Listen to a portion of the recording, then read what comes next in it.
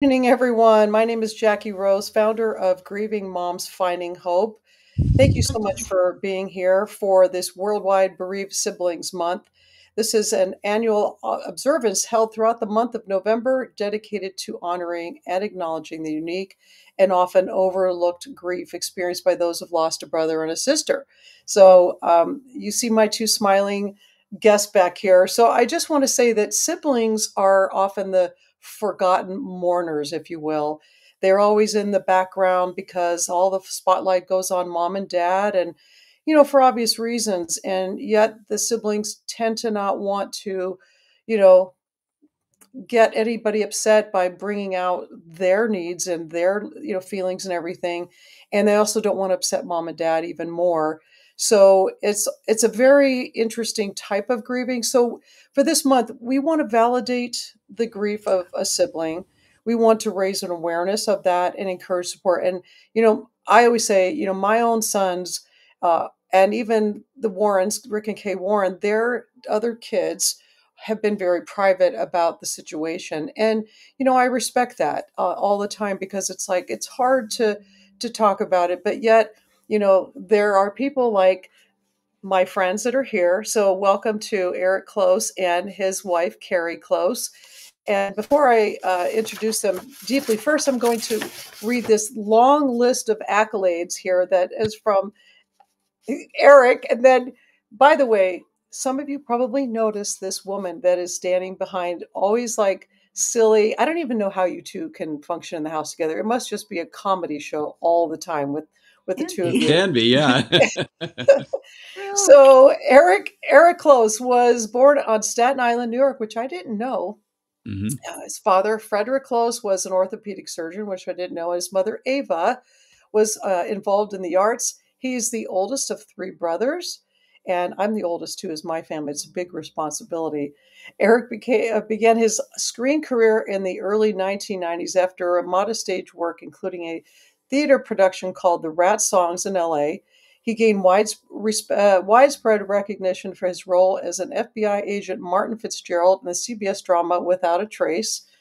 Other significant roles include Michael Wiseman in Now and Again, Teddy Conrad in Nashville, which probably most people know you from, and Travis Tanner in Suits.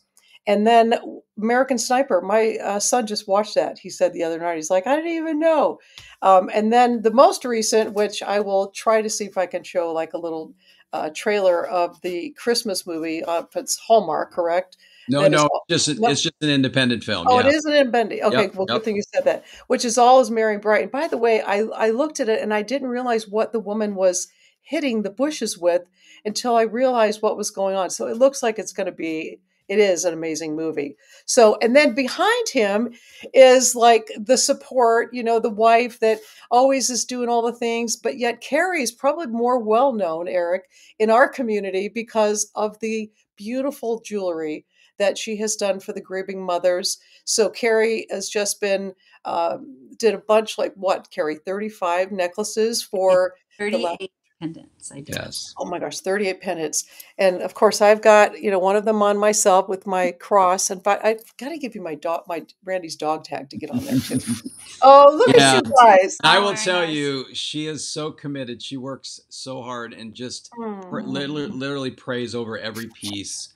I sometimes That's so come in and see nice. tears, she's crying, Aw. but she's very, just really, really means a lot to her to just share that gift with others. And she really, and she really just pours her everything into it.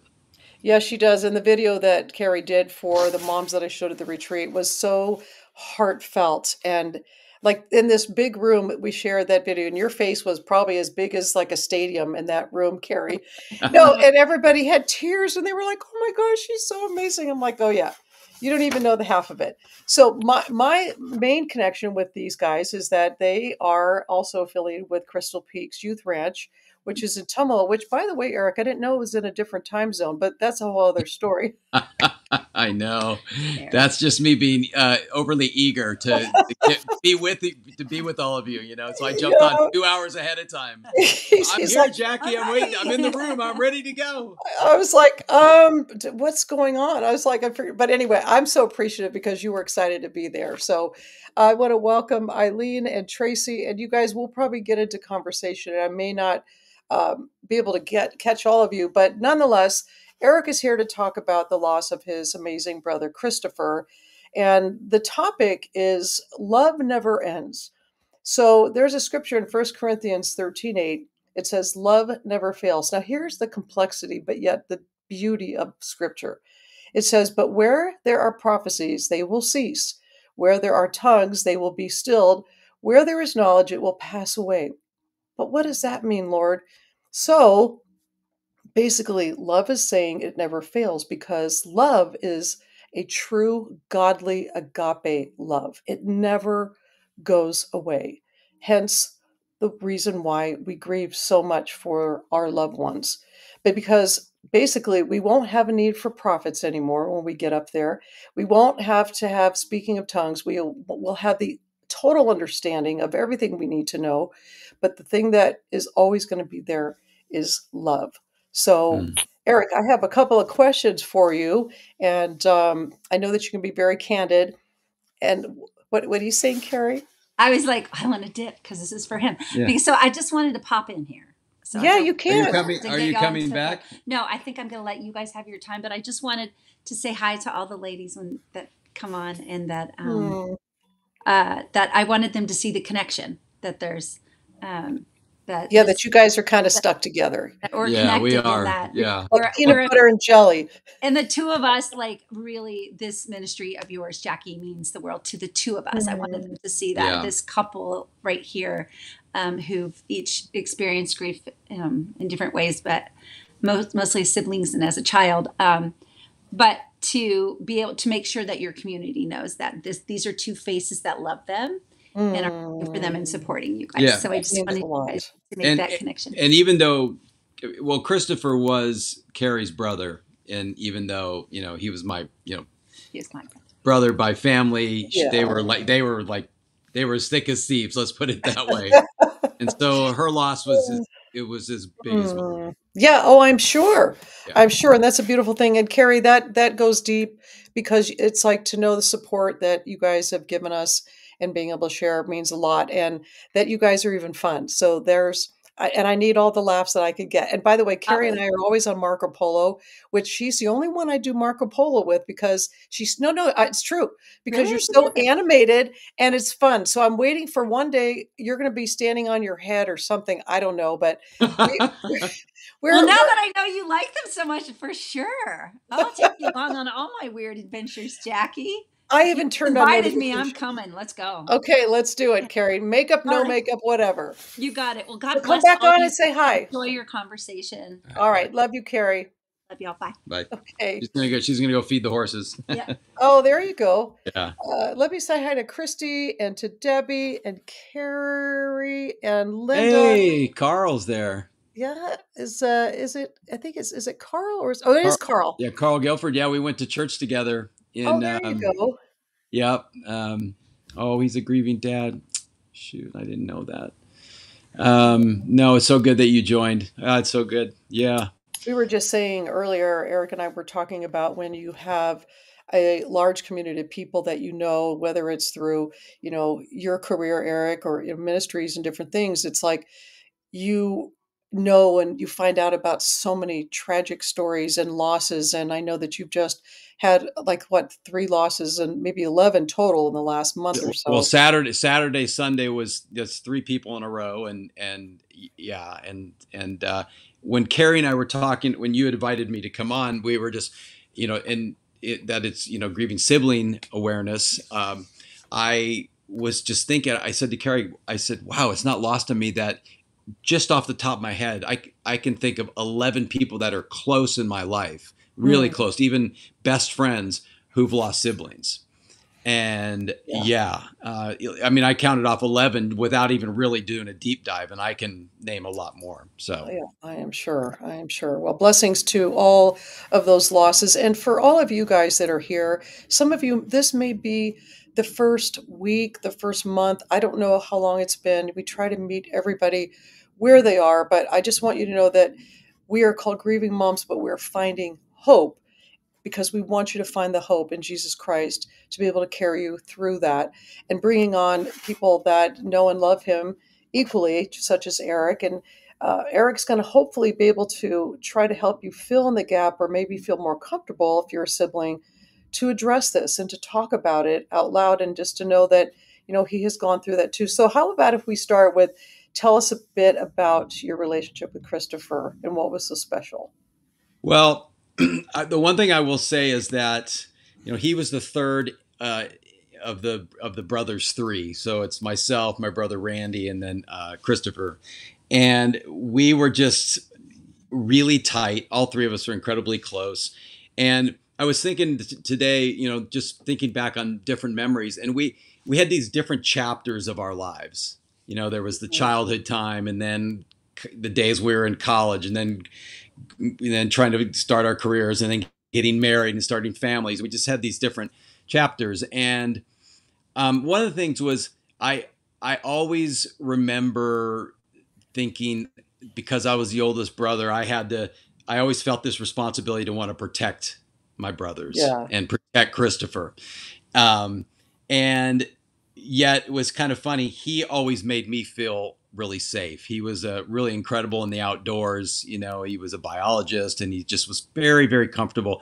I'm the guy who was always looking over my shoulder, like, what was that? I heard a noise in the woods, and he's like, it's nothing, man. So he always, whenever you were with Christopher, you always felt like all was right in the world. And That's we so just, cool. yeah, and we just had an amazing friendship. I don't say this lightly. He was truly my best friend. We shared a ton in common. We had very similar interests in really everything. Music. We liked the same artists. We loved camping and rock climbing and riding. We both had Harleys, and so we would go ride our Harleys together. And we just, Yes. yeah, and fly fishing, and just really everything, downhill skiing, sailing. We just grew up in a family that my parents just exposed us to a lot of really cool things that we all shared together. And so we just had a lot in common. And really what was the best is uh, was just the laughter. We used to, we had a lot of fun times.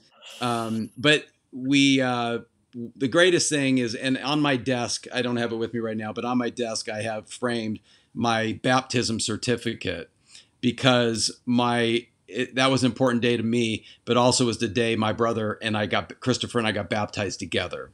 Oh, And wow. so that every year that comes around, that's as important a holiday as anything else, like a birthday or Oh, Christmas. yeah. Yeah. So that was the most important thing, is that we shared a faith in Jesus Christ together, because That's beautiful. he transformed our lives, and we got to live our adult lives in that, Yeah. as opposed to our earlier childhood days. I love that. Being a mom of three boys, there was nothing but just shenanigans going on all the time. So I can only imagine. And by the way, the seasons of your life, you skip probably one of the most mischievous, which is probably junior high school for you guys, which is when all that kind of stuff happened. Oh But yeah. there's a there's a bonding with boys, and things that later they'll say that they tell me, and I'm like, what, I'm really glad I didn't know that back then. So Oh yeah, I we were experts at sneaking out of the house and wreaking havoc around the neighborhood. That was, definitely one of our things. I won't get into detail, but yeah. we'll have a part two for that part. Yes, Yeah. yes. Well, what's one memory of him that still brings a smile to your face, as if there hasn't already been a big smile? Well, there's so many, as I said, but thinking back,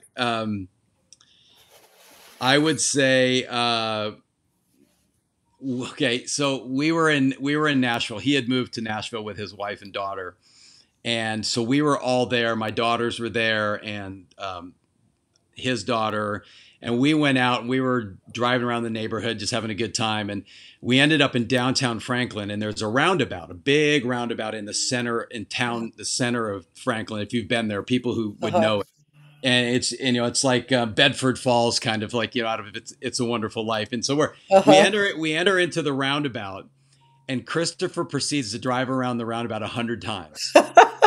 And he would go around, and right when you think he was going to exit that roundabout, back into the roundabout. And literally, we were in there for over a half an hour driving. Are you kidding? Cars were coming in and out, and we were just laughing to see, because you would sort of think, okay, he's gonna just finally get out of here, and he just wouldn't do it. And what is so funny, that was his personality, because near the end of his life, when he was in hospice, a bunch of people came to visit him, and one of the guys that came to see him is John Reddick. I don't know, a lot of people might know John Reddick. He's got songs on the radio now and Hmm. quite well known. And so John brought his guitar, and my brother was a harmonica player. And so we're in hospice and everybody's singing praise songs and just worshiping. My brother's playing the harmonica. Well, he ends up going on a solo. And this solo was like the roundabout. It just would, and then right when you thought he was done, he would sort of stop, and then my sister-in-law, his wife, would go, okay, like everybody's going to leave the room, it's probably time for everybody to go, and then he'd start back up, and this went on, and finally my sister had to his wife had to grab the harmonica. Okay, Christopher, everybody's got to go. So that was him. I love that. I think I would have probably loved to do that. I remember doing that with friends in Sedona. We were going around the roundabout, and of course, my friends were like, "I'm getting sick. Let's get out of here," And I'm like, "Oh, come on!" But I love that. Yeah, we would have gotten along just fine. Yeah, we had just the laughter that we shared. It was that kind of laughter where you just have tears running down your face, Oh because yeah. and you get each other. Siblings. When you're close like that, you really get each other's humor, and sometimes you don't even have to say anything, and you Hmm. start laughing because you know what both of you are thinking. So Yeah, right. And the things again that you don't want your mom and dad to probably know. yes. When you think about his influence, and again, these are all interrelated, what part of him still lives on you? So do you take Carrie through the Bend roundabouts and just make She would kill me. That wouldn't fly with her. She'd be like, I could just hear Carrie going, "Really, really, you're gonna go around another time?" note to self, I'm going to Yeah, do that note to when I self. take her out. Um, Christopher was he was he was incredibly intentional, and he was such a loyal friend. When after he passed away, we did a memorial in Tennessee and we did one in California, and both of them were standing room only. I mean, it was just Mm, they were, and what was also amazing was people that were there. Some people that really didn't even know him, but like knew me or knew Carrie, but were there to support. It was yeah, just yeah. really quite incredible. But he just had such a powerful impact on people, and he was, like I said, he was super intentional and incredibly courageous. And he Mm, was that way even before he got sick. That's why I was saying, when he got sick, it was no wonder that he fought so hard and he was so strong. And the thing that was really amazing that has stuck with me, and I think it really has influenced me, is even in his darkest times or when he was really sick, he always was concerned about other people. So like someone would come to the house to check on him or to say hi, and he'd say, "Hey, how you doing?" And they go, "Oh, I'm good." And he says, "No, I can kind of tell something's going on." mm. Well, I don't. They'd say, "Christopher, I don't want to. You got so much going on right now. I don't want." And he'd go, "No, no, let's go out in the backyard." So he'd take him out in the backyard, and he's on his cane, and he's just worse for wear. And he Wow. just put his arm around people, and then I'd see him out there praying for people. Wow. And that was just the kind of guy he was. Even, he just would say, I'm more concerned about you than what's going on with me. And Yeah, that was yeah. pretty amazing. It's a wonderful quality to be remembered by. Well, and it seems like that you're that kind of guy. So your mom and dad did a pretty good job. I don't know your brother Randy, but it seems like your mom and dad did an amazing job with that. Yeah, Because that's Randy too. Yeah. yeah, yeah. So yeah. Well, there's a couple. There's so many questions I could ask you, but how about comforting your parents during that time? Because that's what a lot of the siblings are going to want to know, as far as like how was that during that time? And just knowing again your parents from they're by the way are on a cruise in their 80s, like how amazing is I that? know. Yeah, they're heading to the Panama Canal. That's so cool. Um, the, so I one is we were talking earlier about as siblings, we or as children of parents that have lost a child, we so much want to be there for our parents, and then we can Right. often neglect our own grief Hmm. and in trying to protect them. And so I think it's super important, just like what we're doing right now. My brother passed away 4 years ago. but I hope I'm still sharing these stories and encouraging people like we're doing right now 20 years from now, if the Lord willing, I'm still around. And so I encourage people. It's important to talk about their loved ones who, that have passed on, that to keep their story alive. And it's part of the, I think, a part of the healing of grief. Yeah. By talking about them and not bottling it up and holding in, finding someone to talk to, someone you trust, and in families. And when we get together, we probably spend more time laughing about memories of my brother than we do shedding tears. But even in those moments, sometimes we can be having a great time laughing about, oh, you remember when this happened, when Christopher did this, and then that some tears can come. And I think it's very Yeah. cathartic and healing. So for my parents, I think I had mentioned to you, my mom they're both my parents are really strong and faith filled, and they have grieved very well, I would say. Hmm. Their life wasn't derailed by it. They grieved hard, I will say. I mean, it was painful, but I think in Christopher, they honor Chris by the way they've grieved and how they've continued to just love people. Ooh, that's beautiful. Yeah, and Yeah. and continue to just live their life. Uh-huh. Because the other thing is, my mom and dad both know that see him again. Yeah. They'll be reunited, and I have that same hope. So Heaven's that promise of that reunion. no, no, and my mom will, like, every time we have a meal or something, she'll always toast my brother. She'll say, let's do a toast to Christopher. And there's a Uh, little thing in the house set up with her parents, little pic. It's like a shrine or whatever you would call it, but uh-huh. just a memorial. And so, but I felt like, so I was fortunate in that God had just provided a way for me to go and live in Tennessee in my brother's house with his wife and their daughter, and spend a lot of time there, almost a year during that last Oh, year of his wow. life. Yeah, and I was able to do some work while I was there, but I really was fortunate that I was able to be there with him. And I think that brought comfort to my mom, knowing that Yeah. I was there. And then it also gave my brother's wife support because she was still working full time. And she really, my brother's wife, CJ, it's a hero. I mean, what I saw Hmm. her do, being a full time parent, full time caretaker, full time worker. Hmm. I It's a mean, lot. what she shouldered was incredible, and she'll tell you it was because of God. God gave her the strength that she needed to get through, and I was grateful to be able to be there. But I think it brought some comfort to her, Hmm. to my brother too, knowing that I was there to be there for his daughter. Um, Yeah. and for my mom, just say, I know they're there. And then my parents would pop out and come be there. And then when we felt like it was time, I called and said, hey, it's time for you guys to be here and plan on Hmm. staying for a while. Yeah. So, yeah. Yeah. That's rough. But my parents comforted me too in this, you So know? they checked in with you to say, "Hey, you guys, like, how are you handling this?" And Yeah. Yeah. They were, they were incredible. And it, we were, it's the kind of family, I'm grateful that we have, that we're always there for each other. And, hmm. And my mom survived, escaped.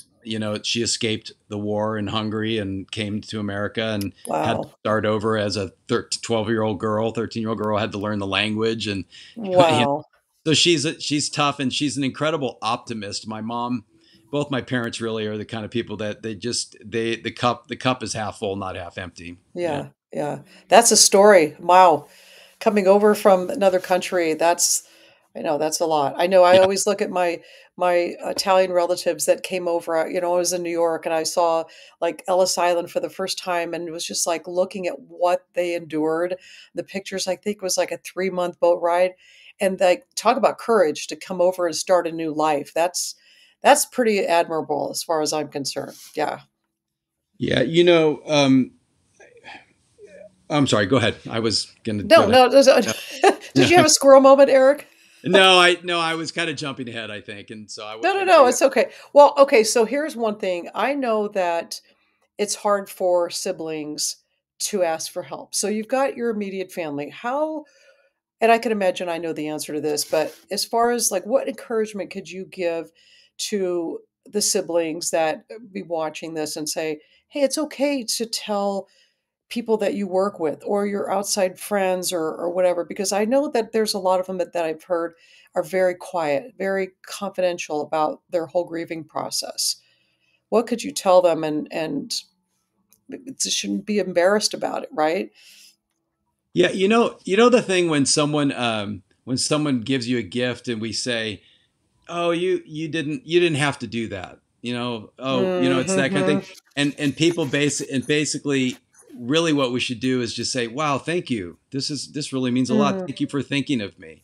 yeah, And I think what happens sometimes when we're carrying grief, we think we're going to be a burden to somebody if we share it. yeah, If we go yeah, to them and say, I'm really having a hard time. I lost my, and I'm really hurting right now.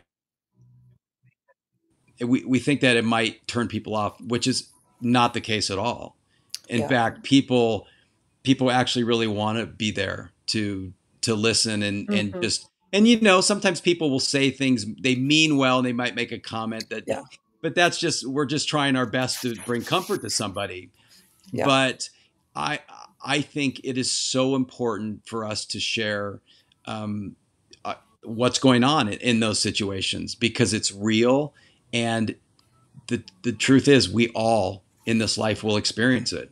At right. some point in our life, we will experience the loss of somebody that we love, and so this is a common thread we all have, and it's Yeah, important for us to make it okay and say, hey, it's okay that you're hurting, and I'm here for you. And like yeah. I said at the beginning of this, I've had a number of my friends who lost siblings long before I did, or parents. In this case, we're talking about losing a sibling, and so they were there for me, and now I'm been able to be there for other friends who've lost. Mm.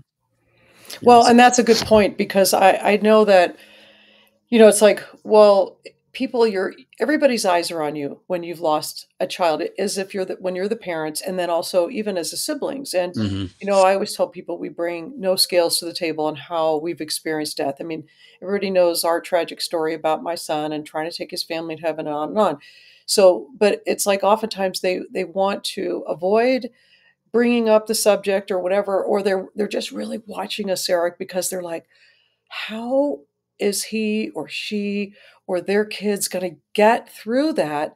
I mean, you really do have all eyes on you. And then I think this is the time where we have this moment to glorify God, to say, well, that's because my Lord and Savior has carried me through this. Not that I wanted to go through it, but without him. So for a while there, I was like, oh, I don't want to talk about it because it's so hard and heavy. But I already knew that people were talking about it. They were looking at me, they're looking at my family. How is she going to make it through another day? Well, I'll tell you, I couldn't do it without him. Right. So there's that part of it. Yes. Absolutely. One other thing about sharing about it, I think oftentimes you may be the one, if you share what's going on with you and your story, Hmm.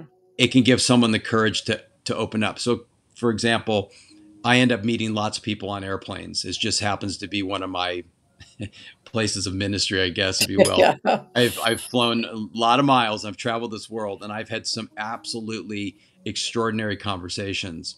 And it could be something as simple as something comes up about my brother, and I just talk about, oh yeah, I lost my brother 4 years ago, and this person will suddenly open up and say, me too. Then Hmm. you have this incredible conversation. So that's why I think it's important to not be afraid to share that. And Yeah. and as far as comfort from God, that's where it all comes from. So it starts with it's supernatural. Sometimes you are alone and you're in your grief and you cry out and there's something that just comes over you, this peace that comes over you that you don't understand. Right. That peace that surpasses all understanding. And that's the Lord, that's the Holy Spirit, that's him bringing us Hmm. comfort without anybody else. And then Amen. and then he also brings us comfort through other people, through friends and family, Hmm. sometimes even strangers. That God works shows us his love through community. Um, and then just like we are talking about conversation, through looking at a photograph, there's just through certain Hmm. through music. And also I hear this all the time, and I'm sure many of your listeners would agree with this. It happens in nature. People tie it to certain birds. I have a lot of friends who relate their loved ones to a cardinal, and these cardinals will just show up at the most amazing times. um, I think that's God just saying, "I love you," Hmm. and I Yeah. love And my brother, for example, um, he was a spotted owl.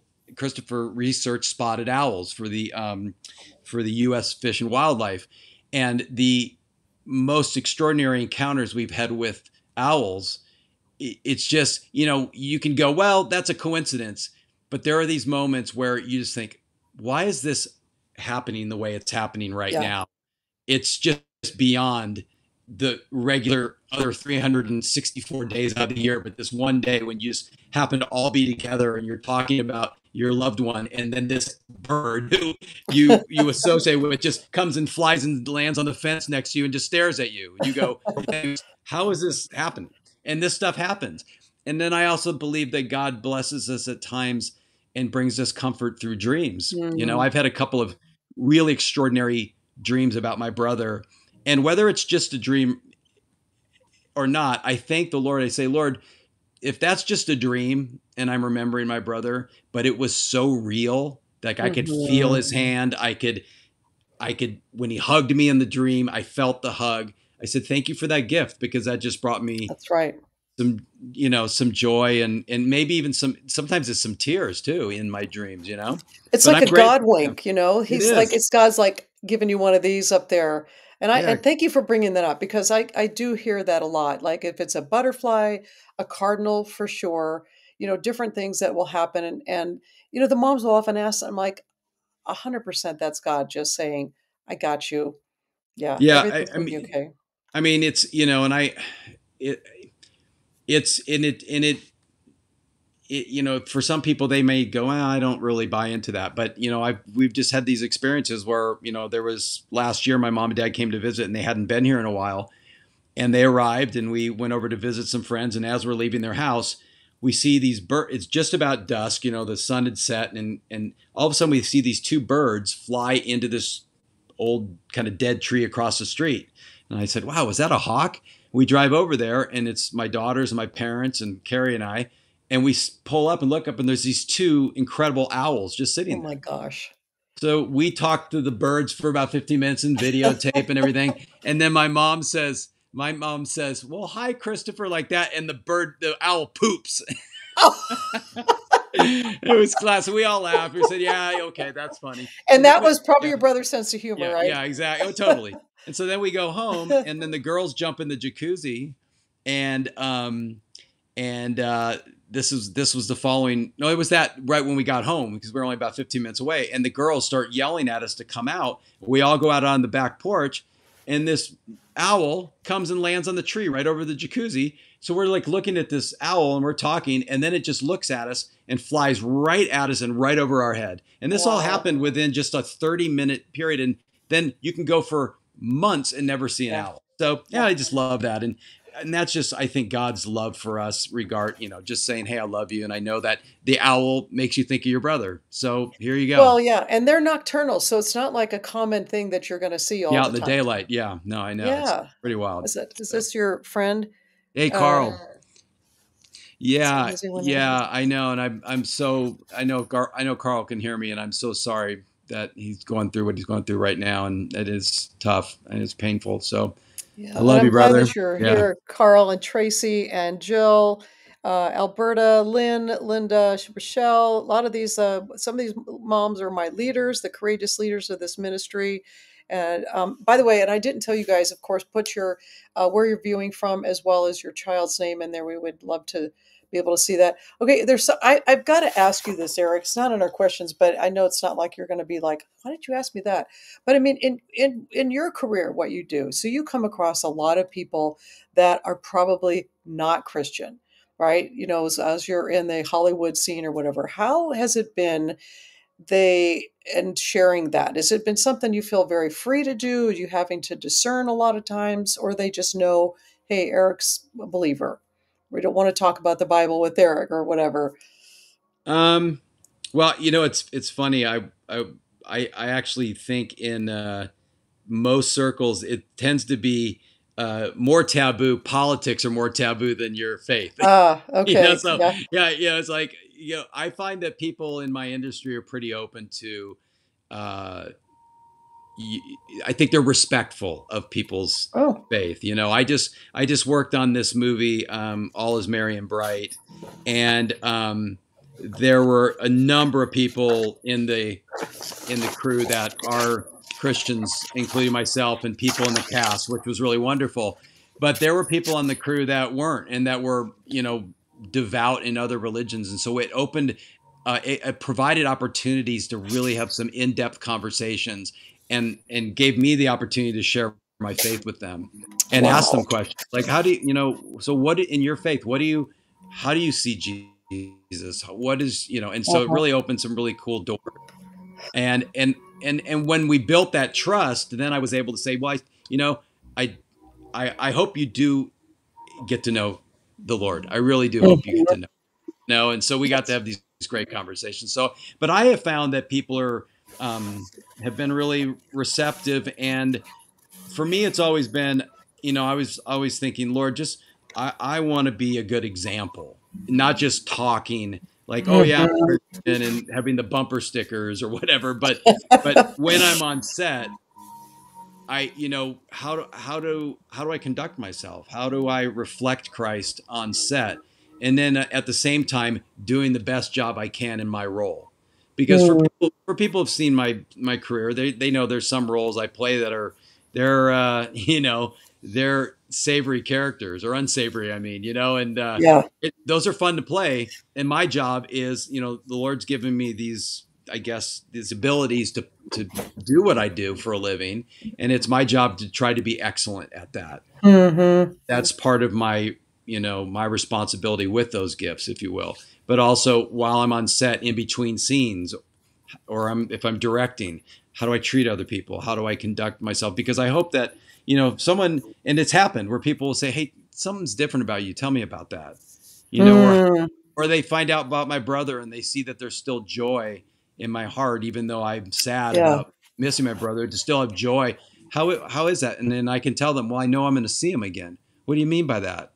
Well, Uh, my brother and I are Christians. We were both Christians, and we got baptized together, and God promises that we'll be together again, and whatever that is. But it mhm. opens some pretty amazing conversations. I was going to say, what has it been mostly, Christopher, that's been your opening conversation that leads into it? Because I do know, like you said, like if you talk about things that are painful things in your life, it does give permission or lets people drop their guard to start talking about their situations. But how long have you been a Christian, by the way? When was that? Well, I was 13 when I Oh, accepted the Lord as my Savior, but then I had a almost a decade of being a prodigal, yeah. and so yeah, I was, yeah. So those were some wild times. But look, there was this. God has a plan, and that was part of it. I needed to go through those years. The coolest part about it, though, Jackie, is that even though those were some, like I said, the prodigal years, I Hmm. knew that the Lord was with me. And so Yeah. often I have fraternity brothers that will tell me, "Oh man, you used to always tell us about Jesus." And I go, "What? You don't remember?" They'll go, "You don't remember that?" And I said, "No, I don't." They said, "Oh yeah, we'd be hanging out, partying or whatever." And you'd say, "You got to get to know Jesus." So I knew he was there, and he was just patient with me. Hmm. And so when I was about 22, almost 23 years old, I had a really powerful moment just sitting alone in my apartment in downtown LA. I was just starting my career. I had graduated college, and I was really empty. And I said, Lord, I don't know if you want to have anything to do with me, but I miss you. And Hmm. Wow, that's just beautiful. and that's all I said. That was my simple prayer. I miss you. and that changed everything. And then I started going to a church in Altadena, California. And so then I started inviting my brothers to come. And Christopher, this is kind of cool. Christopher said to me, um, Christopher said to me, "Man, you're overboard. You're overboard with this stuff." He was kind of like, because I think at the time I think he was 18. And I remember it was like yesterday. We were sitting in our room. He was on one bed, I was on mine, and we were just sitting talking across to each other. And I was just really pouring my heart out to him and pleading with him to, you got to know Jesus. You got to know him. And I was telling him all these things. And then he's like, "Man, you're overboard." And I said, "Okay, I'll stop pushing you." I said, "Just do me a favor. Come to a Bible study with me one night. Come on a Tuesday night or Monday night prayer night. You don't even have to come on a Sunday." And he's like, and he goes, "All right, I'll come." And so he came to a Tuesday night Bible study, and he heard the gospel message from the pastor, and he gave his life to Christ. And then we got baptized together not long after that, Oh in my gosh. January 21st. Yeah. Wow. 1992. And so um, I was grateful for the journey I was on, because the Lord was faithful and patient with me. And then I was actually able to share my faith with my brothers. And then my brother Randy came to Christ and got baptized, and my parents, and my parents were already people of faith. They were just patient with us too. Uh-huh.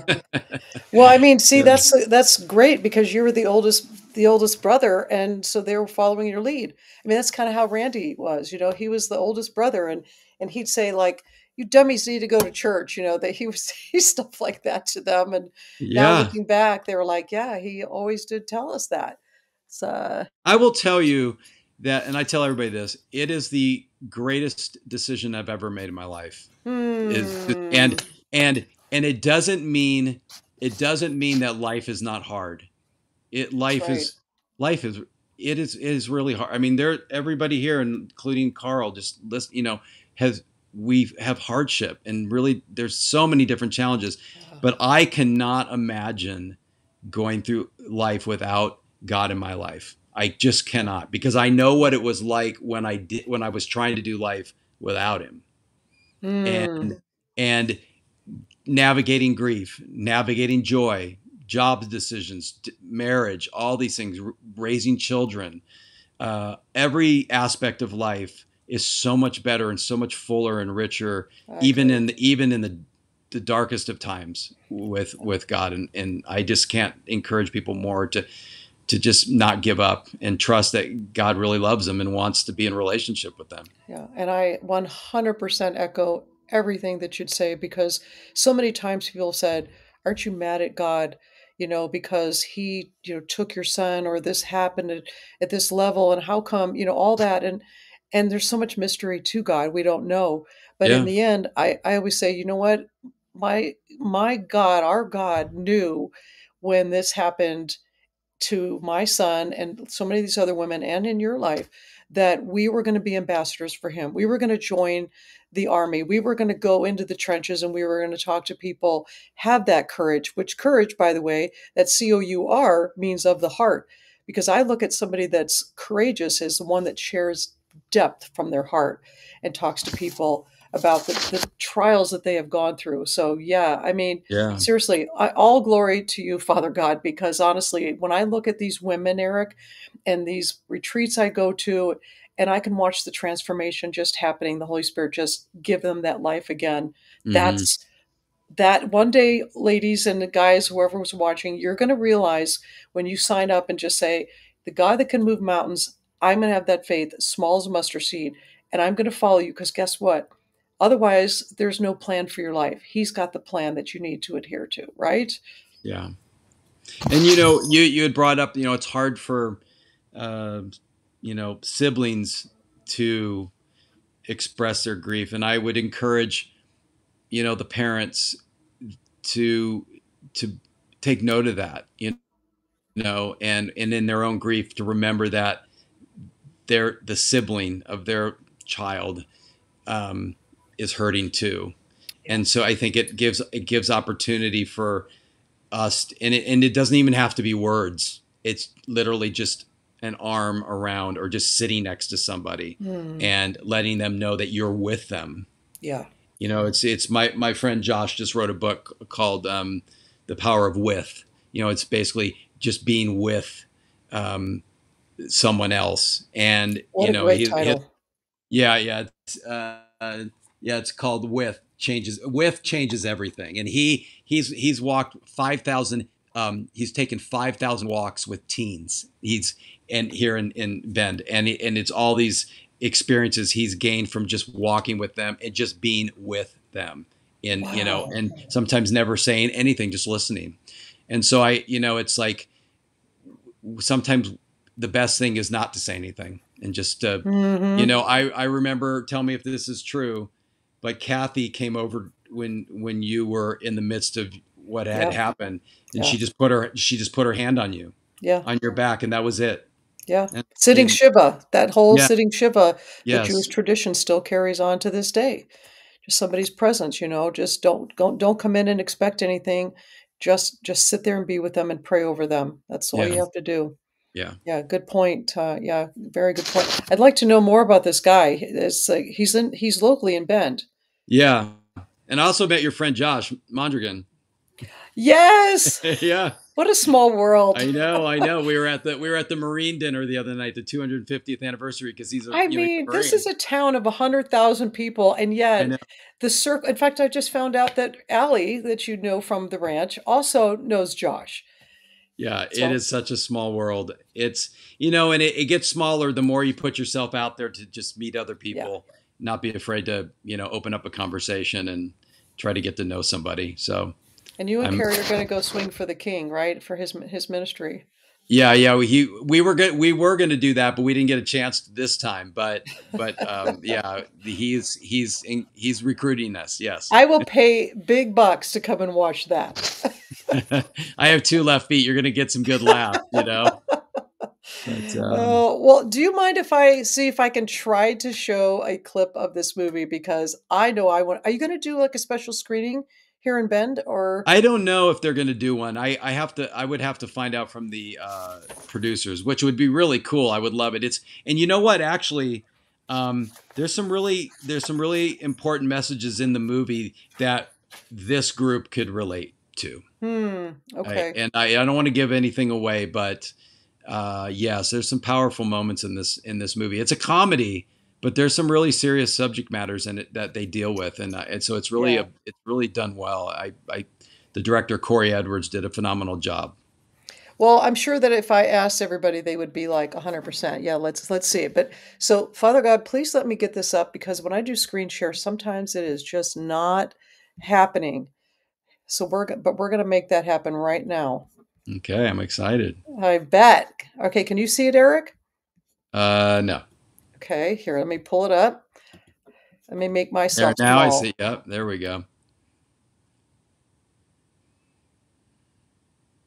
I think you have to just hit. Does it allow you to hit play and then volume? There we go. You ready? Let Christmas commence. All will be merry and all will be bright. And now we just settle into a nice, quiet, perfect Christmas. No, no, no, no, no, no, no, no, no. I want this Christmas to be Perfect, I know. the cookies. Where's the dog?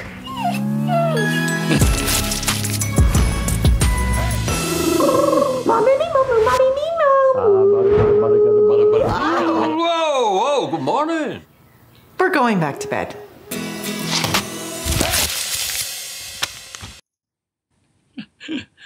There you I don't know if go. anybody recognized that is fantastic. Did anybody recognize, if you're old enough, from the show long ago, which was such a politically incorrect show, All in the Family, but Gloria was in that. Yep. What's her Sally Struthers, Sally Struthers? Yeah, and next to was her was John O'Hurley. yeah. I mean, these are characters from long ago, and I haven't seen her for so long, so She's long. awesome. I was so happy to work with her because I was a huge fan of All of the Family. All in the Family was one of my favorite shows, and Carol O'Connor and Gene Stapleton and Rob Reiner and her, Sally, And then John O'Hurley, people know him from I think it's Friends. Yeah, I think he plays Peterman. Uh-huh. Yeah, so just a wonderful group of people. We had such a blast doing this movie.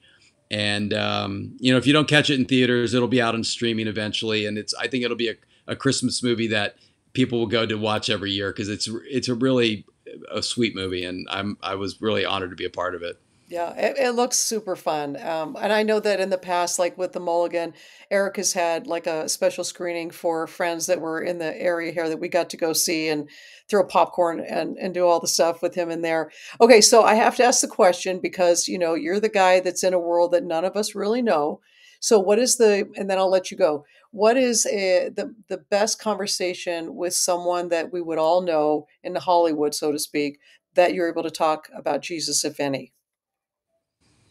That I've had a chance to talk to Jesus about Yeah, with like with in the somebody movie. that is like, and I guess if it's too private, then you don't have to answer it. But I just think for you being in the faces of many of these people that don't know him, I mean, it takes a lot of boldness, and God didn't give us that spirit of timidity. Okay. Um, I had a friend who I'm just trying to be respectful of her. Yeah, 100%. Um, Very, very heavy hitter in the industry. In up the high levels um, of the studio system.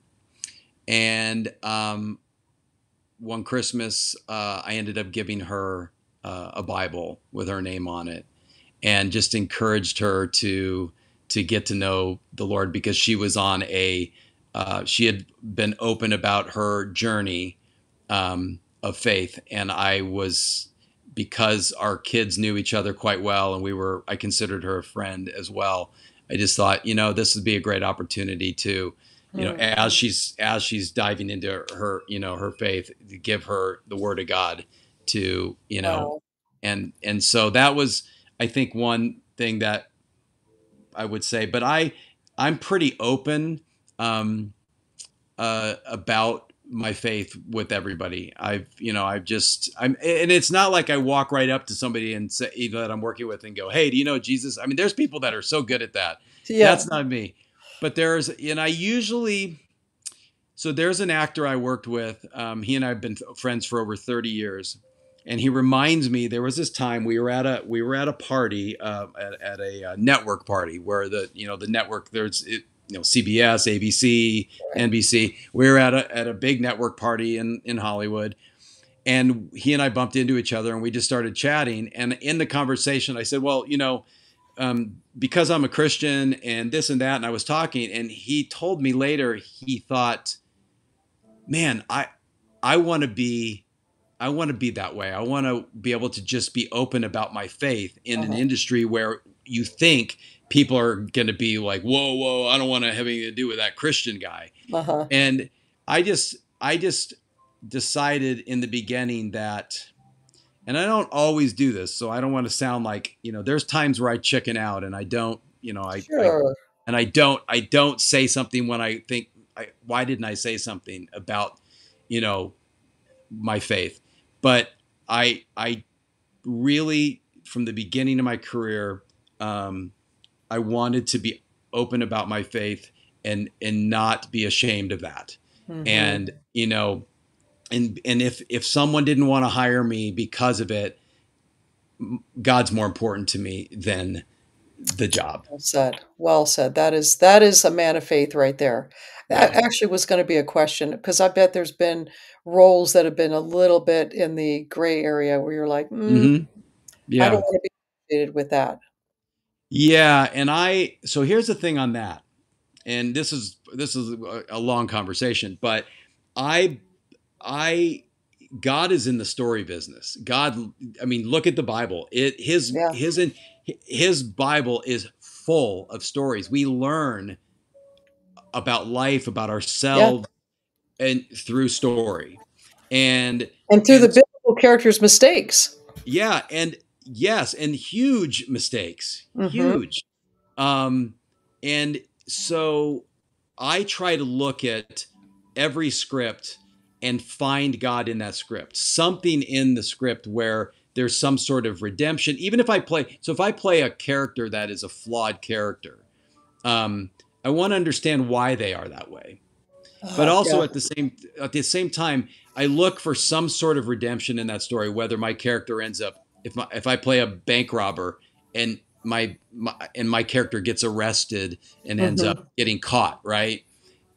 Then there's some sort of justice that's been served. It doesn't have to be at the end he suddenly gets his Yeah. life together, but I just look for I look for something in a story where there's something that people are going to walk away from, and I don't, and I really shy away from stories that glorify evil, that glorify um, the darkness as though it's good. Hmm. I stay away from that. And we know that there are those stories out there that people spend money to put up in the theater or on Yeah. TV that, in my opinion, have no redeeming value whatsoever. Yeah. It's just gratuitous. And look, I'm not, if that's what they want to do and that's their creative outlet, fine, but that's not for me, you Yeah. know? Well said. So, I mean, I've played some really, really, really dark characters, Hmm. but I look at the story as a whole, and I can find something in there that I can hang my hat on and say I'm okay doing this story, and I'm going to do my best job possible to play this character to its Hmm. my best ability, because most of the characters we play aren't Christians. They aren't. Yeah. They're searching. They are Yeah. the characters that I play. They are searching and they are trying to find happiness Yeah. in or fulfillment in things of the world, Yeah. and that's a lot of the world. And And until it's they all see good that, and evil, right? It's always yeah, about good and evil and yes, everything. And even if you're playing those characters and you're looking for the good in it, but maybe it's you are being blooming where you're planted. You're in the studio with all these people, and how you act, they just see Jesus in there. So I love that. Absolutely love that. Let me make sure that da, da, um so Rosemary wanted to know if you ever worked with moms who have kids in heaven. I think that's what she's saying here. oh, if I've yeah, who asked the question? Rose, it's Rose B, but it's Oh, hi, Rosemary. Rose. Yeah, Rosemary. I'm sure that I have, but off the top of my head I can't say a person's name, but these conversations have come up many times, Hmm. and you end up, unfortunately, you do find out that you share this in common with Yeah. other people. Yeah. Yeah, yeah, wonderful. Well, I would say that what an amazing conversation. It's been such a delight to talk with you, and even Carrie, if she wants to swing back in as we're going to sign off. But I want to say to all of you guys that are watching, men, women, siblings, everybody, you know, you don't have to be an actor to walk around and just be able to talk about Jesus. You just don't. You have to just be connected to him. You have to be able to be real, your authentic self, and say, I need, if you need to talk to somebody, don't hesitate. Because again, like Eric said, like originally, it's if you start a conversation and say, hey, I'm really struggling and I need somebody to talk to, well, first of all, you're not only helping yourself, but you're helping them because perhaps they're struggling too. And you never know what somebody might be thinking as far as, I hate to say it, but ending their life. There's just so much depth to that. So again, the word courageous, COUR, is Latin for of the heart. So that is Mm. a true sign of courage to me. And Eric, thank you for answering all these questions, talking about Christopher, sharing, your story and your career and all these personal moments. And we will pray for you to continue to shine your light of Jesus into that part of the world that we don't get to be a part of. um, but yeah, thank you so much for that. And again, if Carrie wants to come on and say hey again and goodbye or whatever, make her Yeah, connection, I don't unless know she's where in her jammies. oh, here she comes. Here she comes. Yeah, I and Jackie, and I'm glad Carrie's here. Yeah, Oh I want to, I no. want to thank you. Thank you for what you do. Is you provide a place for people to come, and this is community. And this is a place where people can come and share their hearts and know that they're not alone. Because I think I told somebody this when we first lost Christopher. You feel very alone. You feel like you're the only person that's grieving, and then you come to realize so many people are experiencing the same thing you are. And it's not that it makes you feel better, but there is a comfort in knowing that you're not alone, and that people say, "Hey, I get you. I see you." And then I see them and I go, "I know where you are right now." And Carl just talked about losing his son just last year.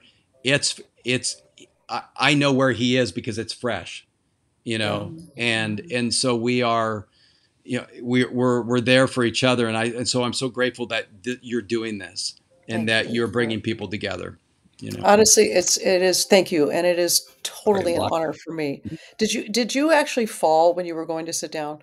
She slipped. I kind of slipped and fell in pieces. This is what I'm talking about. It's improv all the time. I was totally trying to be so graceful and I completely blew it. Sorry, forget it. Just forget it. Just be yourself, Carrie. We don't want anything I love else. I love all the comments that people are making. It's so I know.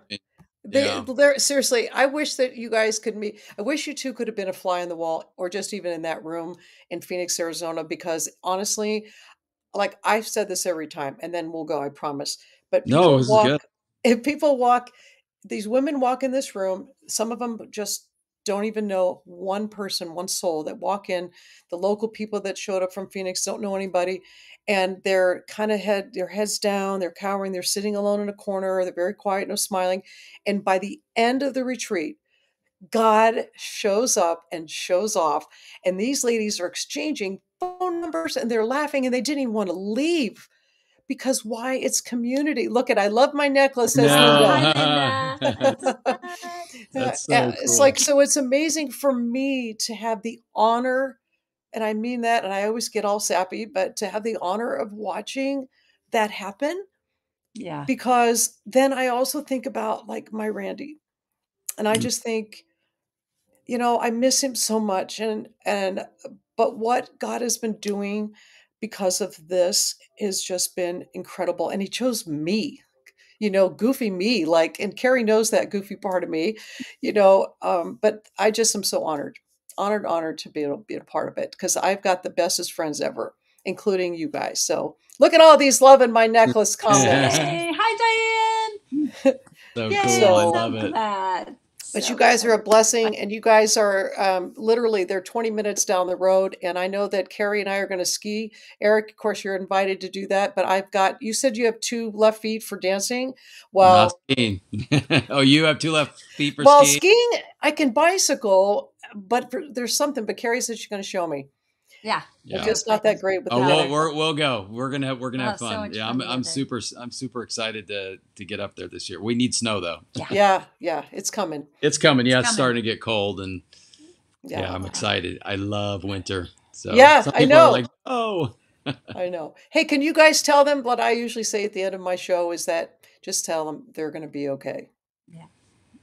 You're going to be okay. You're going to be okay. We're going to be okay. Yeah, we're all going to be okay. We're in this together. Yeah. So God bless all of you guys. God bless my friends. Thank you guys so much. And I'll see you guys like at the base of Mount Batchy. That's right, baby. Okay. Love you guys. Love you too. God bless. Bye. God bless. Good night. Bye. I don't even know how you sign off on this thing.